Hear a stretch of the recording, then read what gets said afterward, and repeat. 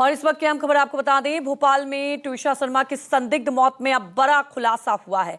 मौत मामले में जमानत आवेदन में सास का दावा कि ट्विशा का साइकेट्रिक के पास इलाज चल रहा था, ये दावा किया गया और अब ये इससे नया ट्विस्ट आ गया। 12 मई को घर में फंदे से लटका मिला था शव। अब ट्विशा के परिवार ने दहेज में हत्या का आरोप लगाया है। परिवार ने शव के दोबारा पोस्टमार्टम की मांग की। मुख्यमंत्री मोहन यादव ने इस पूरे मामले को संज्ञान में लिया है। तो आपको बता दें कि परिवार द्वारा पोस्टमार्टम रिपोर्ट की मांग कर रहा है और एक नया ट्विस्ट आया है, क्योंकि देखिए एक चैट भी सामने आया था जिसमें ट्विशा का दर्द दिख रहा था। परिवार न्याय की गुहार लगा रहा है, सीबीआई जांच की मांग कर रहा है। भोपाल में आपको बता दें कि इस संदिग्ध मौत को लेकर एक के बाद एक बड़ा खुलासा हुआ है। 7 महीने बीते थे, शादी हुई थी और बहुत ही धूमधाम से शादी हुई थी। उसके बाद आपको बता दें कि फंदे से शव लटका मिला था, लेकिन परिवार का कहना है कि ये सुसाइड नहीं, हत्या है। 12 मई को घर में फंदे से जब शव लटका मिला था, उसके बाद आपको बता दें कि अभी भी परिजन लगातार गुहार लगा रहे हैं, सीएम से दोबारा पोस्टमार्टम करवाने की मांग कर रहे हैं। और अब आपको बता दें इस पूरे मामले को लेकर सीएम ने संज्ञान में लिया है। बड़ा सवाल उठता है कि आखिर इसके पीछे क्या, क्योंकि जो चैट सामने आया है उसमें भी ट्विशा का दर्द सामने आया है। सवाल ये उठता है कि आखिर किस परेशानी से जूझ रही थी, क्योंकि परिजन का ये कहना है कि उस पर कहीं ना कहीं प्रेशर बनाया जा रहा था। और ये प्रेशर जो बनाया जा रहा था, क्या दहेज को लेकर बनाया जा रहा था, क्या मानसिक प्रताड़ना से जूझ रही थी, क्योंकि इलाज चल रहा था, साइकेट्रिक के पास इलाज चल रहा था, ये एक खुलासा हुआ है। तो भोपाल से इस वक्त की अहम खबर आपको बता दें, मौत मामले में जमानत आवेदन में ये सास का दावा किया गया। तो एक नया ट्विस्ट अब सामने आया है। 12 मई को ही आपको बता दें कि मौत हो गई।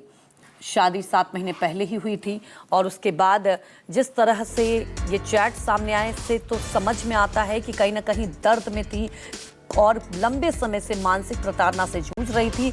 और परिजन यही बात है कि अब दोबारा पोस्टमार्टम कराने की मांग कर रहे हैं।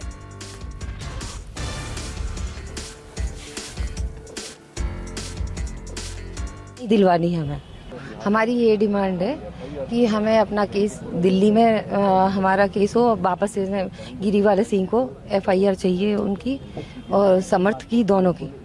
अच्छा, उसमें जो जमानत हुई उसमें एक आधार बनाया गया व्हाट्सएप चैट का, बताया जरा आपसे। हाँ जी, बात हुई थी तो क्या कुछ हुआ? व्हाट्सएप चैट का एक आधार जरा सा पॉइंट है, वो पहले से उसको कुछ ना कुछ हर एक बातें टेंशनबाजी करती थी। बस मैंने उससे पूछ लिया कि अब तो नहीं कर रही, तो कभी हो जाता है तो बोली हाँ बस इस ये वाला हाँ वाला पॉइंट उन्होंने लिया। इस बात पे उनकी जमानत हुई है कि नहीं मैं अच्छी थी। के पिता हमारे साथ हैं नवनिधि शर्मा और वो उनसे बात करेंगे। आप बताइए कि जिस तरह से आपकी बेटी का जो हुआ है, आप कहते हैं कि उसके साथ न्याय नहीं हुआ, आपने प्रधानमंत्री से भी अपील की है। जी, मेरी विनम्र निवेदन है सर माननीय प्रधानमंत्री से, मैं उनका बहुत बड़ा फॉलोअर हूँ। मैं स्वयं सेवक संघ का कभी एक कार्यकर्ता रह चुका हूँ। मैंने अपने जीवन में मेरे मेरे कैरियर में मेरे ब्रदर्स वगैरह जो है योगेंद्र उपाध्याय जी हैं, वो भी उनके साथ में मैंने काम किया। तो मैं ये चाहता हूँ कि किसी तरीके से भी इसको न्याय मिले, क्योंकि यहाँ पर हम बहुत बड़े इन्फ्लुएंस के अंडर काम कर रहे हैं। यहाँ पर हमारे जो अच्छे प्रशासनिक अधिकारी हैं वो भी अक्षम हो जाते हैं और ये कहने को मजबूर हो जाते हैं कि हम बैलेंस बना के चल रहे हैं। आज तक ऐसे हीनियस क्राइम में अभी तक कोई कस्टडी नहीं हुई है। क्या क्या मांग की है आपने अभी? हमने मांग की है कि इसके चूंकि पीएम पोस्टमार्टम 1 में रिपोर्ट्स जो दी गई वो बिल्कुल मैच नहीं करती हैं, उसमें मिसमैच है, उसकी फाइंडिंग्स गलत दिख रही हैं हमें साथ साथ। तो हम ये चाहते हैं कि इसकी PM2 की जाए और इसकी निष्पक्ष जांच के लिए बॉडी तुरंत एम्स दिल्ली में भेजा जाए ताकि इसकी निष्पक्ष जांच हो सके। क्या चाहते हैं हम दिल्ली में जांच चाहते हैं। आप क्या कहेंगे? आप यहाँ पर न्याय नहीं मिल रहा आपको? आप जी, हमको यहाँ पर सकम्ड हो गए, हमें यहाँ पर वकील तक नहीं मिल रहे हैं, ना तो हाई कोर्ट में वकील मिल रहा है, यहाँ वकील मिला, हमें बाहर से वकील बुलाने पड़ रहे हैं। आप इस तरीके का दबदबा है यहाँ पर कि कोई भी एक भी काम करने के लिए FIR तक लॉन्च होने के लिए गलत ग्राउंड्स पे FIR लॉन्च कर दी गई। हमारी खुद ही इस IO ने अपने नाम से लॉन्च कर ली। जान का खतरा भी हमको यहाँ जान का भी खतरा था। वो कल भी जब प्रचार में आए थे एंटीसिपेटरी बेल के लिए, हमारे ऊपर अटैक हुए थे। तो बिल्कुल ये थे नवनिधि शर्मा जो कि ट्विशा शर्मा के पिता हैं, जिनका कहना है कि उनको जान का खतरा है। प्रधानमंत्री से भी अपील की है कि उन्हें न्याय मिलना चाहिए। कैमरा पर्सन कमलेश व्यास के साथ विपिन श्रीवास्तव, न्यूज़ 24 भोपाल। तो हमारे सहयोगी विपिन श्रीवास्तव सीधे भोपाल से लाइव जुड़ चुके हैं। विपिन, आपने ट्विसा के पिता से भी बात की और अब जो चैट सामने आए उससे दर्द दिख रहा है ट्विसा का। जानना ये चाहेंगे और क्या कुछ ट्विस्ट सामने आया, क्योंकि अब तो इस पूरे मामले को मुख्यमंत्री ने भी संज्ञान में लिया है। बिल्कुल, बड़ा हाई प्रोफाइल मामला इसलिए है क्योंकि दिल्ली में ट्विसा का परिवार, जो कि इस वक्त पूरा परिवार भोपाल में है, इस वक्त कोर्ट में है। कोर्ट में इसलिए हम लोग खड़े हैं क्योंकि समर्थ हैं जो ट्विसा के पति हैं, उनकी उस मामले में सुनवाई हो रही है जो याचिका लगाई गई थी जमानत को लेकर। यानी कल जो ट्विसा की जो सास हैं गिरिबाला सिंह, उनको अग्रिम जमानत मिल गई थी और आज उनके बेटे को भी यहाँ जमानत पर सुनवाई होनी है और इसलिए पूरा परिवार यहाँ पर है। दरअसल 12 मई की रात को जब आखिरी कॉल आया था, वो पिताजी का कहना है, ट्विसा के पिता का, उनसे बातचीत हुई थी। इसके बाद 11 बजे के करीब ये इन्फॉर्मेशन मिली कि ट्विसा जो है भोपाल में अपने घर में फांसी लगाकर उसकी मौत हो जाती है और इसकी जानकारी आरोप ये लगे कि 1 घंटे बाद मिलती है।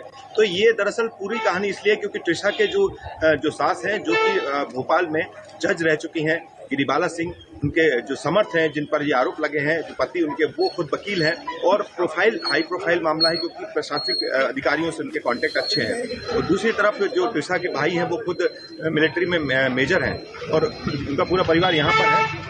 1 साल पहले डेटिंग ऐप के जरिए दोनों की बातचीत हुई थी, यहाँ से सिलसिला शुरू हुआ था। 5 दिसंबर 2025 को इनकी शादी होती है, यानी 5 महीने ही होते हैं और इसके बाद ये अचानक ये स्थिति होती है कि ट्विसा के जो चैटिंग हम दिखा रहे हैं, उस चैटिंग में कई चीजें सामने आई। जो उसने भाई से बात की है, जो अपने दोस्तों से बात की, उसमें बता रही कि मानसिक तौर पर प्रताड़ित हैं, परेशान हैं और पैसे की भी बात कर रही हैं कि उनको पैसे की जरूरत है। यानी कि उन्होंने ये सारी बातें अपनी चैटिंग में जो कि सामने आई है उसमें सब सारी चीजों का जिक्र है। वो ये भी बता रहे हैं कि उनको ये भी कहा जा रहा है कि ड्रग्स एडिक्ट बताया गया है। और आपको बता दूं कि आज की जो समर्थ की जो यहाँ पर बेल की याचिका लगाई गई थी, उसमें भी जो ट्विसा की सास यानी समर्थ, उसके परिवार वाले जिन पर आरोप लगे हैं, उनकी तरफ से इस बात का जिक्र किया है कि ट्विसा जो है वो ड्रग्स एडिक्ट थी और मानसिक तौर पर भी परेशान थी, उनका मानसिक ट्रीटमेंट भी चल रहा था यहाँ पर। तो इस तरह की उन्होंने बेस बनाकर जमानत मांगी है। अब देखना होगा कि कोर्ट की सुनवाई में आखिरकार उनको जो समर्थ है उसको जमानत मिलती है या नहीं मिलती है।